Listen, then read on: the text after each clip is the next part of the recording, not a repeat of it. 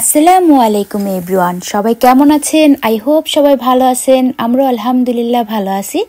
তো আজকে আপনাদের সাথে আমি শেয়ার করতে যাচ্ছি আমেরিকায় বাংলাদেশি রেস্টুরেন্টে বাংলাদেশি মজার মজার খাবার দাবার ছাড়াও স্ন্যাক্স আইটেম কি কি খাবার পাওয়া যায়, মানে বাংলাদেশি মজার মজার নাস্তা জাতীয় খাবার যেগুলা সেগুলা কি কি পাওয়া যায় সেটা শেয়ার করতেছি।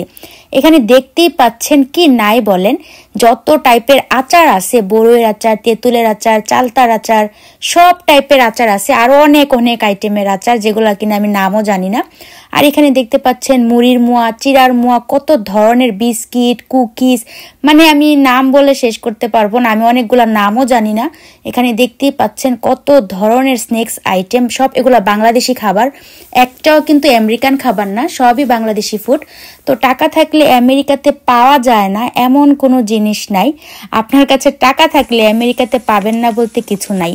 তো যাই হোক, ওইখান থেকে আমরা কিছু স্ন্যাক্স জাতীয় খাবার কিনে নিয়ে আসছিলাম, আচার কিনে নিয়ে আসছিলাম। আর এগুলো হচ্ছে রিং চিপস, এগুলো আমার আরিয়ানের অনেক বেশি পছন্দ। দেখতে কালারফুল, অনেক সুন্দর আর অনেক ক্রিস্পি হয় এই চিপসগুলা। তো এগুলো কিনে নিয়ে আসছিলাম। তো আরিয়ান বলতেছে এগুলো খাবে, ওকে ভেজে দিচ্ছিলাম, আপনাদের সাথে একটু শেয়ার করতেছিলাম। অনেক কালারফুল, দেখতে খুবই সুন্দর। তো যাই হোক, আরিয়ানকে এগুলো ভেজে দিলাম। আর আমরা ওইখান থেকে অনেক কিছু কিনে নিয়ে আসছিলাম, মজার মজার স্ন্যাক্স খাবার, তারপর হচ্ছে এরকম চিপস, তারপর আচার। তো আপনাদের সাথে আমি একটা আচার শেয়ার করি। এই যে দেখতে পাচ্ছেন, এটা হচ্ছে চালতার আচার, অনেক মজার। তো চালতার আচার আমার অনেক বেশি ভালো লাগে। আর চিপসও ভেজে নিলাম।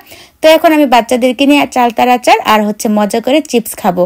তো যাই হোক, আলহামদুলিল্লাহ আমাদের ভাগ্য অনেক ভালো, বিদেশে থাকলেও আমরা বাংলাদেশি সব ধরনের খাবারই খেতে পারি। তো ঠিক আছে, সবাই ভালো থাকবেন, আল্লাহ হাফিজ।